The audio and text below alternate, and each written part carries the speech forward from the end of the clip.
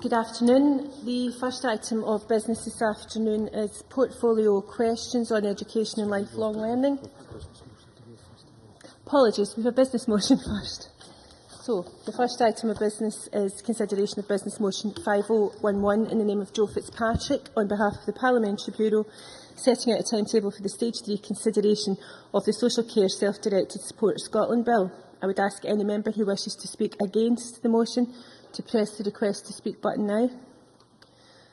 And no one has, so I ask Joe Fitzpatrick to move motion number 5011. Formally moved. As no member is asked to speak against the motion, I therefore now put the question to the Chamber, and the question is that motion number 5011 in the name of Joe Fitzpatrick be agreed to. Are we all agreed? The motion is therefore agreed to.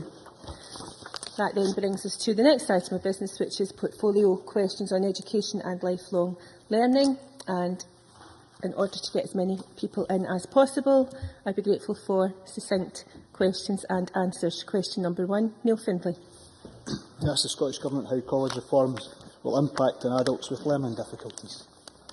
Michael Russell. Presiding Officer, where college is the right choice of learning for students with learning difficulties, our reforms will place greater emphasis on equipping them with the skills they need for life and work. We will engage with groups representing the interests of those learners to ensure we make progress. Neil Findlay. Now that we know that significant cuts are occurring in courses for adults with learning difficulties, what is the Government doing now, this year, to provide opportunities for young people who want to learn and are told they're either too old or there is no place for them? Cabinet Secretary. As I pointed out, Presiding Officer, colleges are indeed providing courses for those for whom college is the right choice of learning. Colleges are required to set out in their outcome agreements how they will ensure access to entry-level courses. The Scottish Government, working with the Funding Council and Scotland's colleges, is updating its guidance on support for students with profound and complex needs, and that has led to the creation of a network of specialist regional advisors helping colleges to plan provision for this group. That's the reality of what's taking place. Supplementary from George Adam. Can the Cabinet Secretary outline what considerations will be made for students with learning disabilities as part of the outcome agreements? Cabinet Secretary. Presiding Officer, for year 12-13, colleges have been asked to ensure that access to entry-level courses that are of primary importance to the student group, is set as widely as possible. From 2013-14, the number of students with additional support needs enrolled on accredited learning will be measured as part of next year's college outcome agreements, and the Scottish Funding Council will negotiate with colleges to ensure that they're responding appropriately to regional need. I had a very productive meeting with the cross-party group on learning disability, at which the Scottish Consortium on Learning Disability was represented. I'd be delighted to meet with the consortium to explain where things currently are, and indeed I understand such a meeting has now been arranged, as I committed to last week. Question number 2, Gavin Brown. Thank you, Presiding Officer. To ask the Scottish Government what its government outcomes are for science, as noted on page 61 of the draft budget 2013-14. Alistair Allen. The outcomes to which the member refers are those set out in our well-established national performance framework, and in particular those relating to science learning skills, employment and economic potential, all key components of sustainable economic growth. The section of the draft budget 2013-14 refers to funding programmes run by the Office of the Chief Scientific Advisor. These support a wide range of informal science learning and public engagement initiatives, including our science centres and festivals, and help ensure that science plays its part in our drive for a smarter, healthier and greener Scotland. Gavin Brown. It does indeed refer to the budget for the Office of the Chief Scientific Advisor. It was £6 million in 2012-13. It will be slashed to £3.4 million in the next financial year. How will that help the government outcomes? Alistair Allen. The member will be aware, of course, that several functions of the Chief Scientific Advisor are in fact being carried out now by the Funding Council, and this accounts for some of the changes. The overall downturn, for instance, in the budget for the science centres is considerably less than advised because of that factor, and certainly in 12-13, for instance, for science centres alone, aside from the other aspects of outreach, £2.5 million has been allocated. Question number 3, Liz Smith. To ask the Scottish Government what financial support will be available in 2013-14 for higher and further education students from the most deprived backgrounds. Michael Russell. From academic year 2013-14 onwards, students in higher education with a family income of less than £17,000 would have access to an annual income of £7,250 through a combination of bursaries and loans. This minimum annual income is part of a package of changes to student support that, together with our commitment to free tuition fees, will provide the best overall package of support in these islands. We will maintain the college student support budget at over £95 million for 13-14. Additionally, we are maintaining education maintenance allowances, investing a total of £31.6 million in 13-14, so that students from poorer backgrounds have the support they need to access learning. Liz Smith. Cabinet Secretary, thank you for that answer. As I understand it, is the Scottish Government's intention to increase the overall budget for SAS over the whole of the spending review period. I wonder, could you outline why there has been a change in policy focus from bursaries to the loan system, and why in the next year we will have a 9.5 real terms cut in student support and tuition fee payments? Cabinet Secretary. Well, I think it is quite obvious why we would change the basis of it, so that we could get, if I may be frank, more bangs for our buck. And we're getting that with the cooperation and indeed with the help and support of the National Union of Students, who believe that the progress we're making is the right progress for students in Scotland. And I was very pleased that Robin Parker of the NUS took part in the media event with me at Glasgow University to launch these changes. I don't think anybody would accept that there has been any diminution of our support to students. Quite the reverse. We have the best student support package. We have access to education based on the ability to learn, not the ability to pay. That means that we are investing in our higher education system. There are, of course, different approaches, but I'm pleased that students, the representative body of students, supports very strongly what we're endeavouring to do. Hugh Henry. Can the Cabinet Secretary confirm the view of the Scottish Government that a loan is now regarded as part of income? Cabinet Secretary.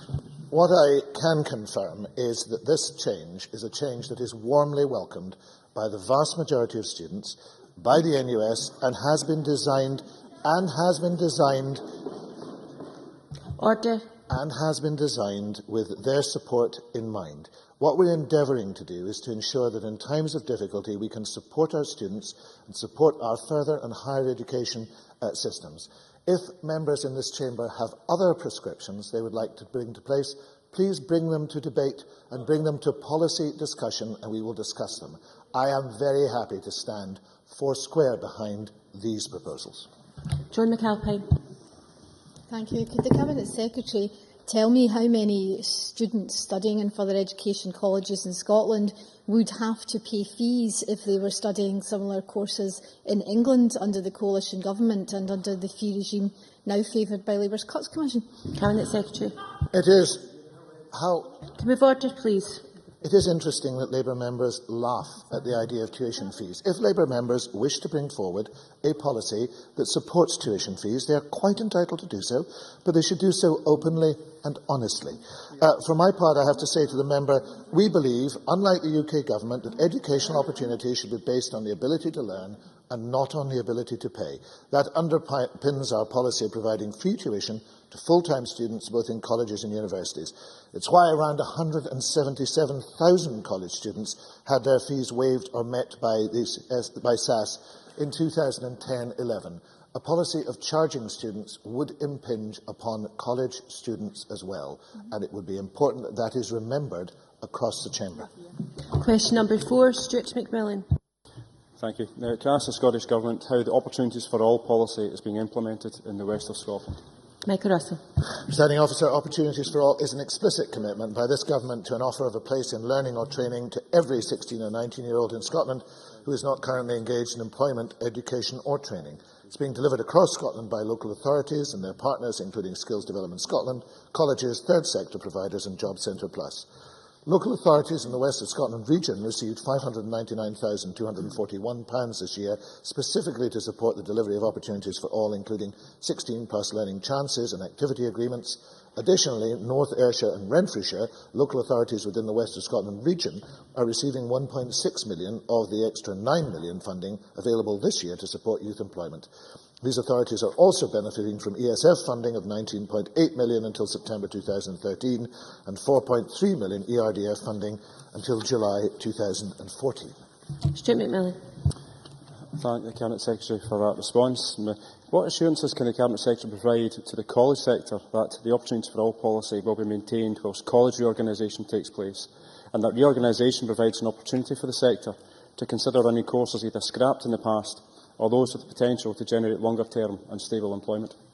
Cabinet Secretary. Presiding Officer, I'm sorry to croak, my voice is slowly giving way, but under Opportunities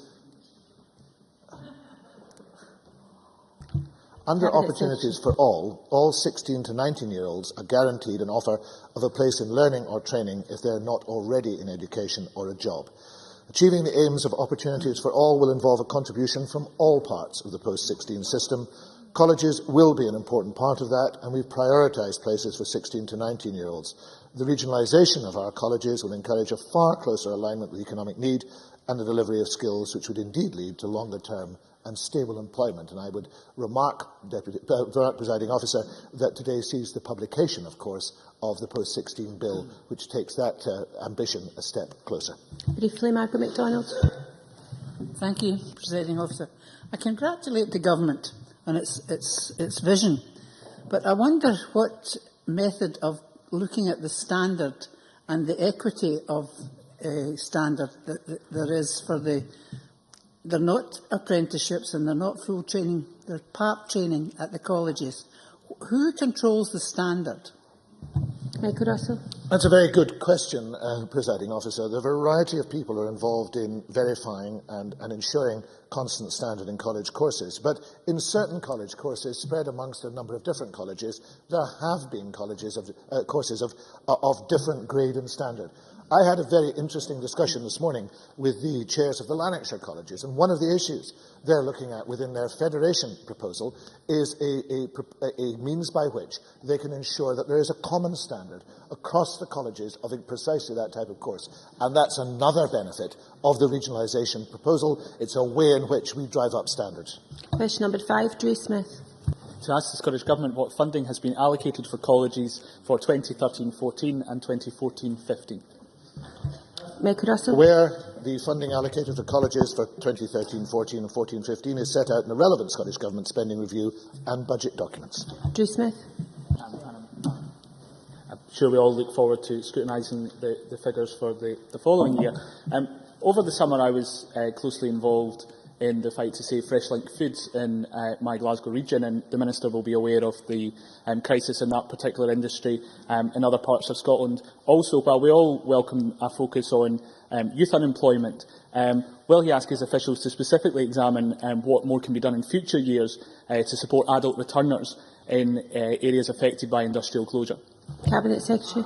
There's a very good point from Drew Smith, and indeed I would draw attention to the additional resource that's been provided in West Lothian, for example, where the Vion closure has created conditions in which there needs to be further investment in the college sector to meet immediate need. In those circumstances, one of those needs was English for those for whom it is not a first language. So, of course, through the PACE partnership and through other activities, when such events occur, we need to respond well and promptly. And I know the member has been very active on that issue, and I can assure him that the Scottish Government will also be active on that issue. Liam MacArthur. Thank you, Deputy Presiding Officer. I think in committee the Cabinet Secretary has acknowledged the difference in the amount allocated for the delivery of higher education in colleges as compared to universities, on the basis that I think last week he was arguing that he will endeavour to secure additional funding where it is possible for the college sector. Does he see the opportunity there to redress that difference between the amount colleges and universities receive for higher education courses? Cabinet Secretary. And the member is right to say that that has been an issue that's been raised. Indeed, the National Union of Students has raised that as an issue. I think I've made it clear that there are differences both in the way that those courses are delivered and there are differences in the cost basis that apply to those courses. Particularly in a four-year university course, the cost base is often much higher.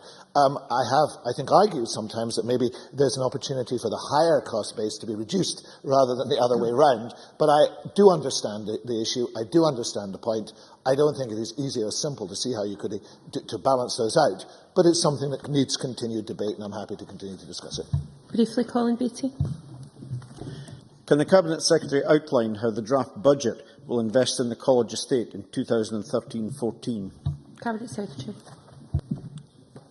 The Scottish Funding Council will allocate capital funding in support of new and ongoing estates development projects in colleges and higher education institutions. For example, the Glasgow School of Art and Coatbridge College are ongoing, as well as preparatory work on the 3 NPD projects in Glasgow, Kilmarnock and Inverness, each of which includes elements which are part-funded via capital.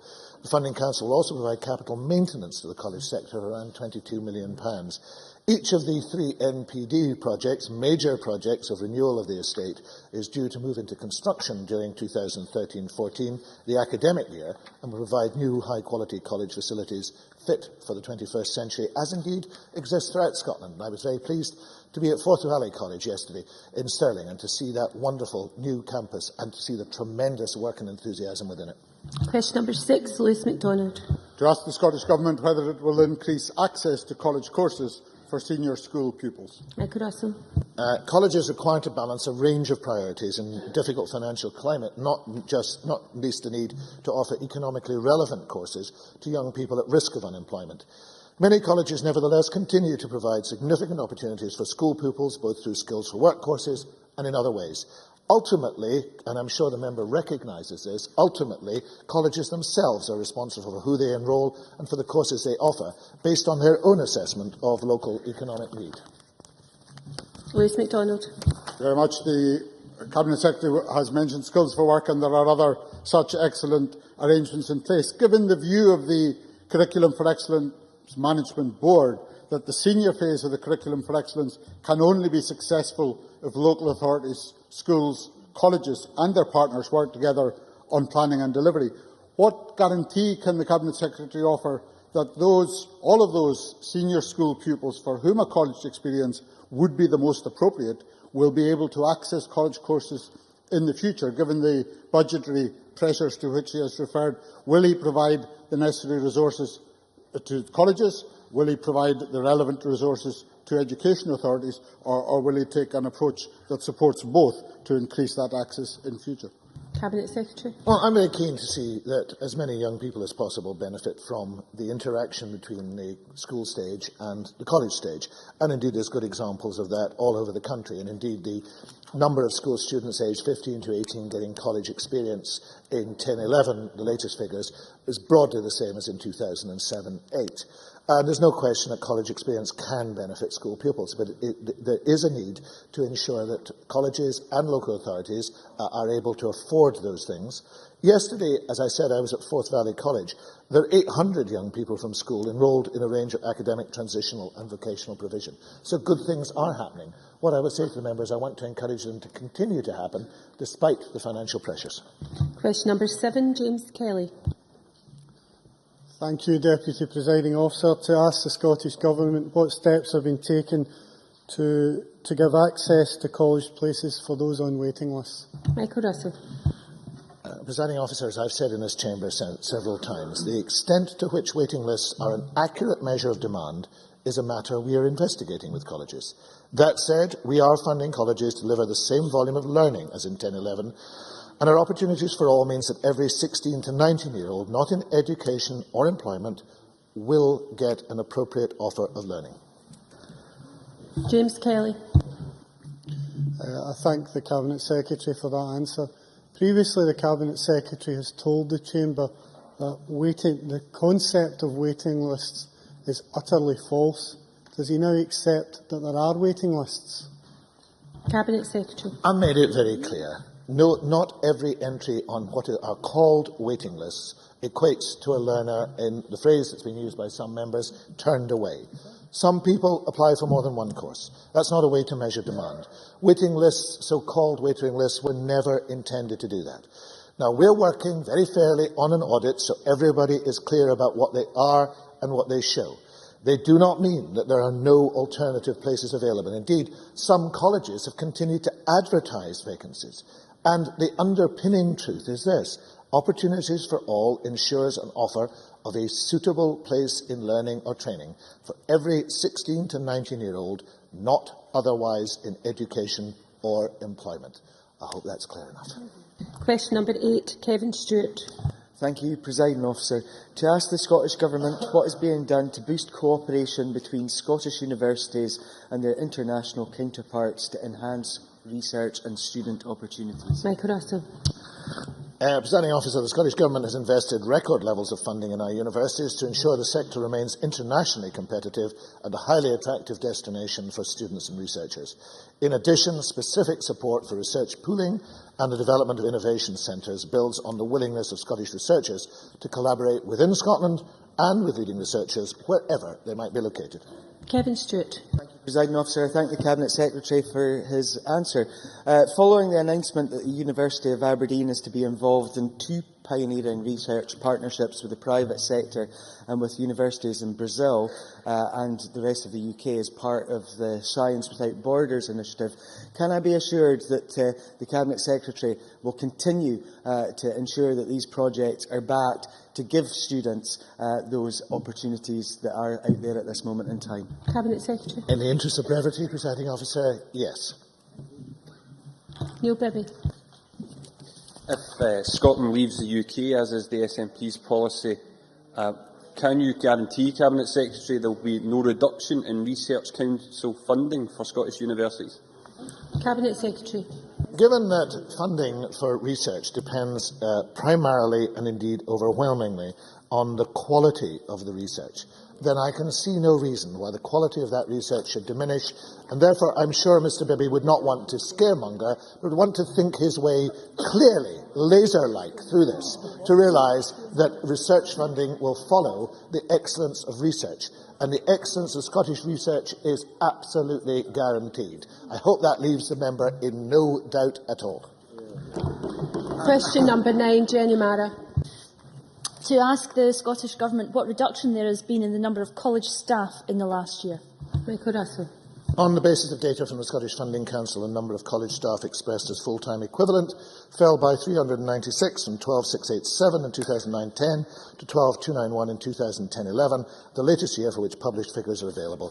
This represents a reduction of 3%. Jenny Mara. Thank the Cabinet Secretary for his answer. Can he reiterate his commitment to no compulsory redundancies in the current merger process? Cabinet Secretary. Yes, that has been my position and remains my position.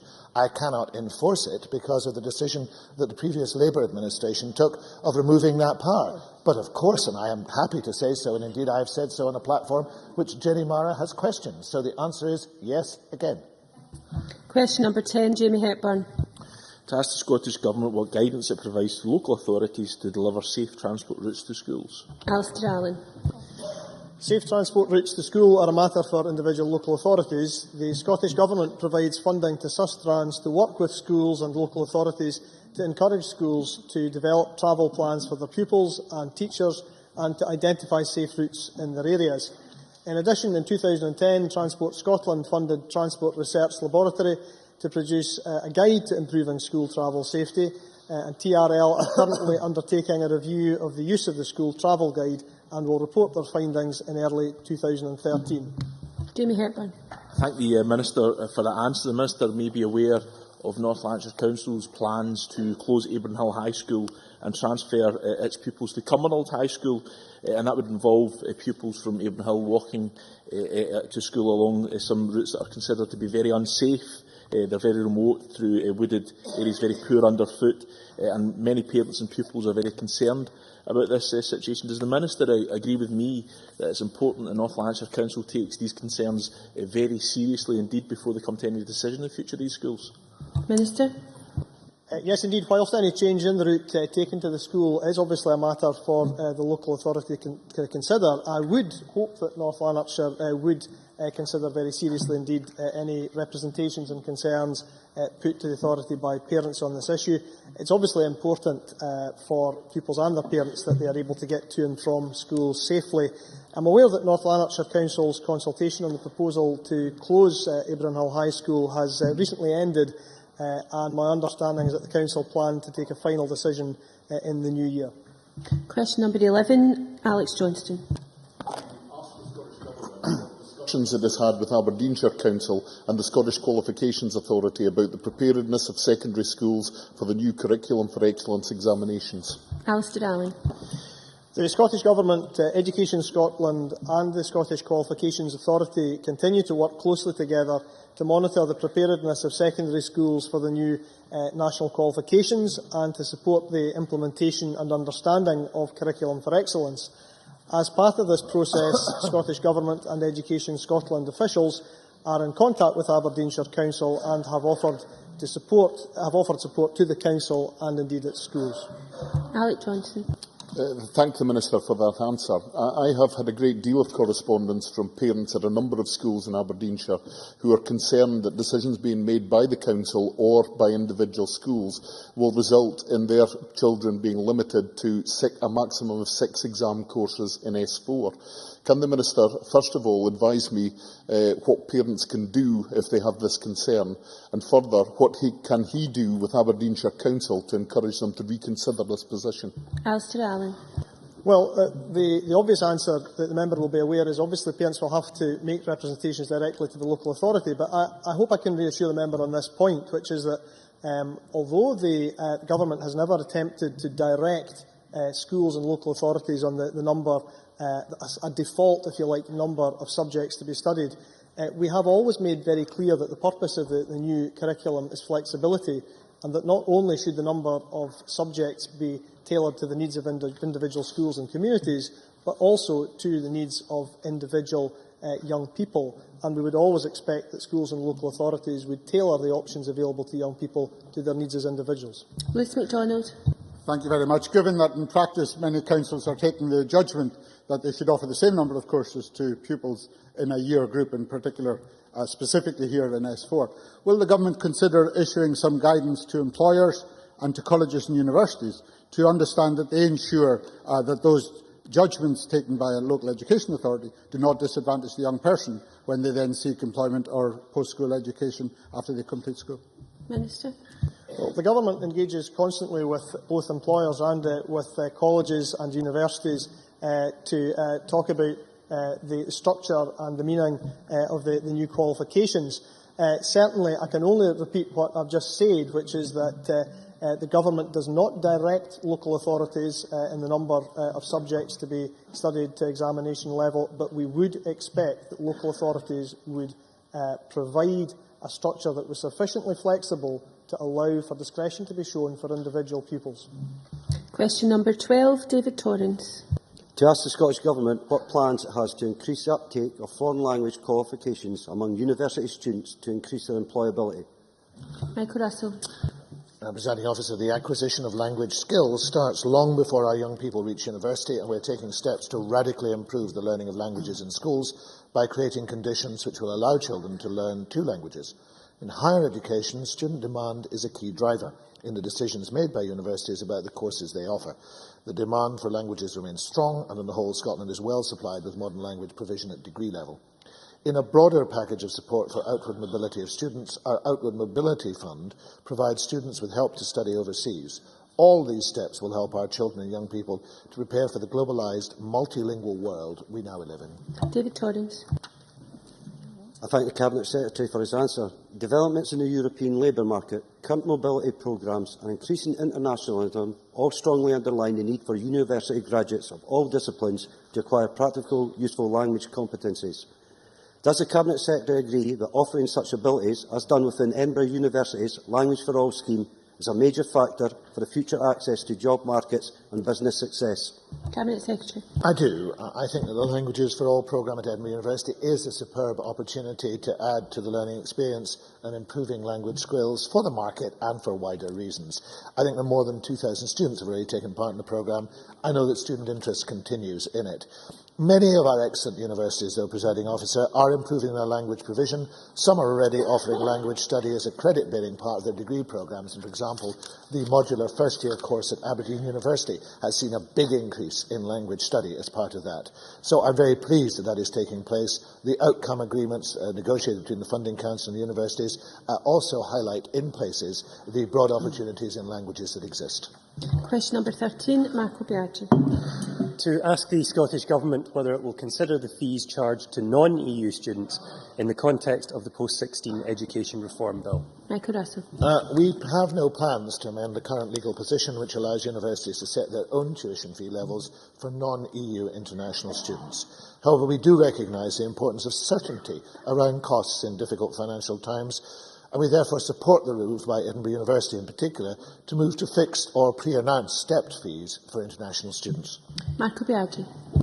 I thank the Cabinet Secretary for his answer, and earlier this month I hosted an event at which non-EU students from across Scotland were objecting to the unexpected annual increases in fees they were facing and called for the introduction of fixed fees as he describes. Would the Cabinet Secretary consider encouraging other institutions to follow the very welcome example of Edinburgh University, either through dialogue, code of practice, or perhaps the SFC outcome agreements, so that that transparency is universal? Cabinet Secretary. I think the member is right that in case of international non-EU students, there is merit in making the cost of study for the whole of a degree programme open and transparent at the time that the student applies. It's certainly a great help to international students in managing their finances. I'm sure that other universities, knowing how they work, are well aware of the lead that Edinburgh University has taken, and I'm sure that they will be thinking about what they can do to match or even exceed that good example. Brief supplementary, Malcolm Chisholm. At the end of August, I met a group of international students at the then Telford College, who, among their other concerns, were stunned to find that their fees had more or less doubled this year compared to last year. They have been subsequently reduced, but does the Cabinet Secretary think it is right that FE colleges should be able to charge whatever they like to non-EU international students? Cabinet Secretary. Well, I do think it is right that the colleges can make their own decisions about this and not have them imposed. But it wouldn't be precisely what they want, because there is, to be blunt, competition between colleges, and anybody who's completely out of line wouldn't get students to attend. But I would agree with the member that there needs to be openness and transparency at the time of application, and that sudden changes to the amounts that are charged in the midst of a course is unacceptable, and it's bad practice, and I do hope that in future all those charging international students will recognise that, and as I say, follow the lead that Edinburgh University is giving. Question 14, Mike Mackenzie. To ask the Scottish Government what information it has on how the number of applications to Scottish universities compares with the rest of the UK. Michael Russell.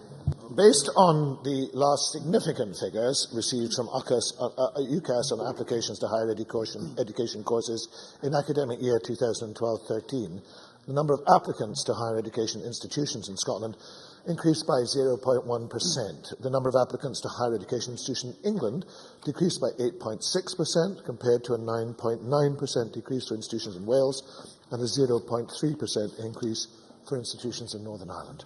Mike Mackenzie. I thank the Cabinet Secretary for that answer.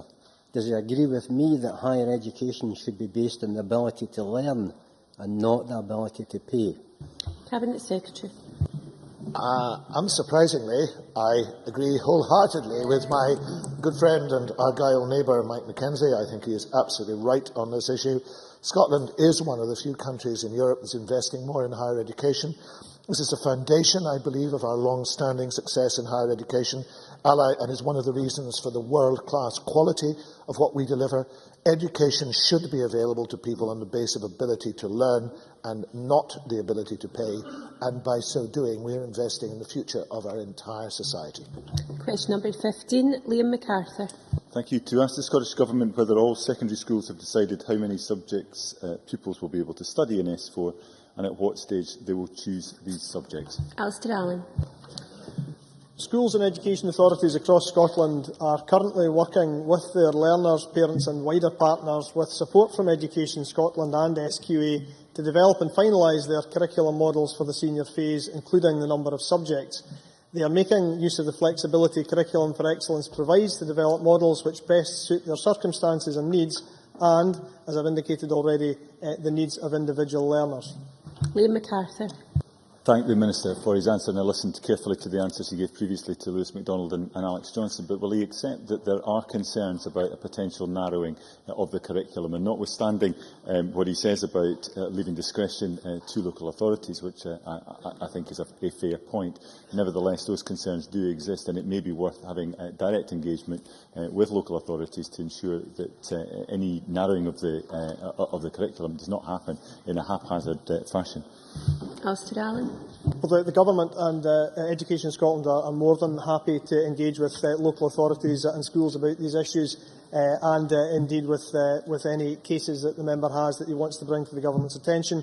The point that's raised in his initial question about the stage at which choices are made is also relevant as well, in that we see a transition to a model where choices are not prematurely made before the end of S3, and we certainly do not see Curriculum for Excellence about being narrowing choice. Quite the reverse. It's about introducing flexibility and choice into the system to meet individual needs. Briefly, please, Hugh Henry. I note what the Minister has said about the responsibility of local authorities and his expectation that Curriculum for Excellence should not narrow opportunities. Will he maybe then take the opportunity to issue guidelines to local authorities so that local authorities are quite clear about what they are doing and so that there is a degree of consistency across Scotland? Alistair Allen. Alistair Darling, did you say? Minister. I think the Cabinet Secretary, I think the Cabinet Secretary has the cold. We'll blame it on his ears, I think. I think in that case all I would add is to say that the engagement which takes place with local authorities is ongoing, as a member will be aware, and I'm more than happy to discuss that with any local authority who comes to me. The Government will continue that through Education Scotland and directly. I hope the official report reflects that I did in fact say Alistair Allen. Question number 16, Mary Fee. Officer, to ask the Scottish Government what reduction there has been in the number of female college students in the west of Scotland since 2006-2007. This time, Michael Russell. Assuming the member means the West College region, which includes those communities currently covered by Reed Care College in Paisley, Clydebank College and the Inverclyde campus of James Watt College, the number of female students expressed as a full-time equivalent has declined by 0.2% between 2006-07 and 2010-11, the latest year for which published figures are available. That represents a reduction of 16, again expressed as a full-time equivalent. Mary Fee. I thank the Cabinet Secretary for that response, but given that women are often responsible for childcare, would the Minister agree that the reduction in part-time college places will have more of a detrimental impact on women? Cabinet Secretary. Well, I've just given the member the figures, 0.2% between 2006-07, 10-11, a reduction of 16. I agreed with the good point that was made by Alison Johnson last week that we need to be eternally vigilant on this matter, and we need to make sure that we are doing everything we can to ensure that women continue to be, and they are, a majority of college students. Those are the facts, but we'll always work hard to make sure that we continue to ensure the best opportunities for everybody, and particularly for women who may be disadvantaged. If you're quick, Claire Adamson. Thank you, Presiding Officer. Could the Cabinet Secretary give a breakdown of the numbers by gender of those taking part in the Modern Apprenticeship Scheme? Cabinet Secretary. There has been, Presiding Officer, a considerable improvement in that over the years. Order, please. There's too much chatting. There has been a considerable improvement in that matter over recent years, and I hope will continue to be so. The Skills Development Scotland published management information on the Modern Apprenticeship Programme on their website, the website broken down by framework, age of apprentice and gender. In 2011-12, I'm pleased to say that 43% of modern apprentices supported by the Scottish Government through STS were female. Question 17, Gordon MacDonald. To ask the Scottish Government what its position is on whether the Curriculum for Excellence will give young people the values, qualities and skills that they will need to be successful. Alistair Allen. I stand corrected. I think my colleague may in fact have misheard you, and I apologise. Can I say that the Curriculum for Excellence is firmly focused on the needs of individual learners and providing them with the values, qualities and skills that they need to progress successfully onto further learning and employment. It is about raising standards in education and ensuring improved outcomes for all young people. I know we are all agreed on these objectives and that everyone is working together to deliver these. As briefly as possible, Gordon MacDonald. Thank the Minister for that answer. YouthLink held a conference in Edinburgh recently to celebrate Youth Work Week. Can the Minister explain what role youth work in the CLD sector can play in implementing the Curriculum for Excellence? Minister. Youth work and the community learning and development sector have indeed a significant role to play in the implementation of CFE. They are certainly very important delivery partners, offering young people very valuable opportunities. The Government is more than happy to work with them. Thank you. That ends questions. And the next item of business is a statement by John Swinney. I will allow a bit of